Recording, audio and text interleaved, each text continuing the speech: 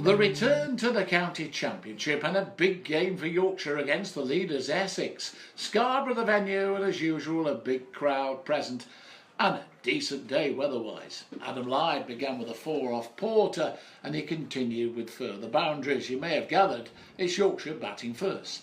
But Alex Lee's perished, caught off Amir and the slips for naught. Yorkshire 12 for 1, caught by Simon Harmer. Enter Harry Brook, who opened up with a 4 off Porter, but then he tried a booming drive and was caught behind by Foster off Porter for 4, Yorkshire 19 for 2. Now, further problems were to come. Tom Kohler-Cadmore struck a 4 but was bowled by Amir, who was in fine fettle from the Trafalgar Square end. Yorkshire 24 for 3. Next to fall, leaning, caught behind for 1 off Porter, 25 for 4. And 2 balls later the woe continued as Yorkshire skipper Tim Bresnam out LBW to Porter for naught, 25 for 5. I'm not making this up, by the way. It was a real struggle for the White Rose.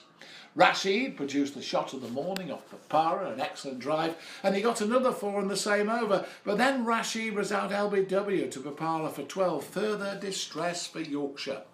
Live was dropped, a difficult chance to Chopra at slip, but no joy for Hod as he was caught by Foster behind the stumps for 5 off Papara, 63 for 7. And Jack Brooks was then tucked up by Amir, and Yorkshire were 8 down as he departed for 5, caught in the leg side, 74 for 8. Next ball, Amir didn't again, bowled code for naught. He was on a hat-trick, side bottom defied that, and Yorkshire then showed some defiance for the next 40 minutes. Adam Lyde went to a fine 50 with a cover drive for 4. Side bottom got in the act with a 4 for the leg side. Straight after lunch, Live was out, caught by Chopra off Amir for 68.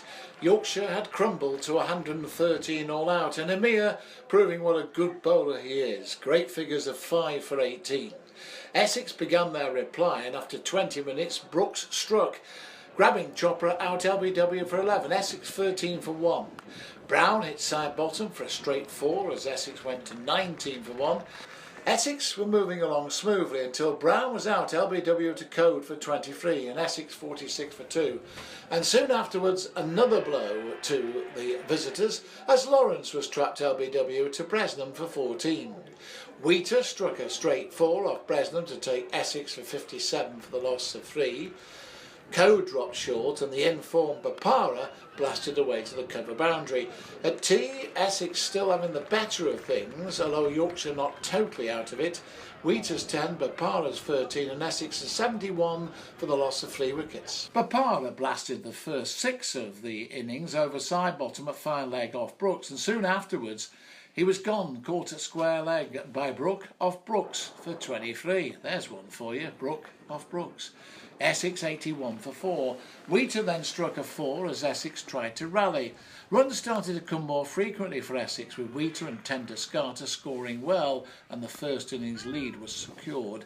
Wheater had made a workmanlike 34 when he was caught behind by Hod off Code, and Code immediately struck again, having the experienced Foster caught by Live in the slips without scoring.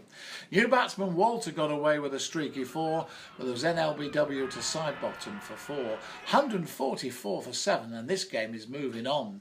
Tenduscarter, though, still looking dangerous, and Harmer opened his account with a 4, but he then was out, caught by a Live in the slips off Jack Brooks for 7. Amir found the leg side boundary off Rashid, and the Essex lead went to 56 at 169 for 8. A few overs later, and the job was complete, ending on 188 for 8, 18 wickets falling in the day. Tenduscarter looks good on 61, Amir is 11, and the lead is 75.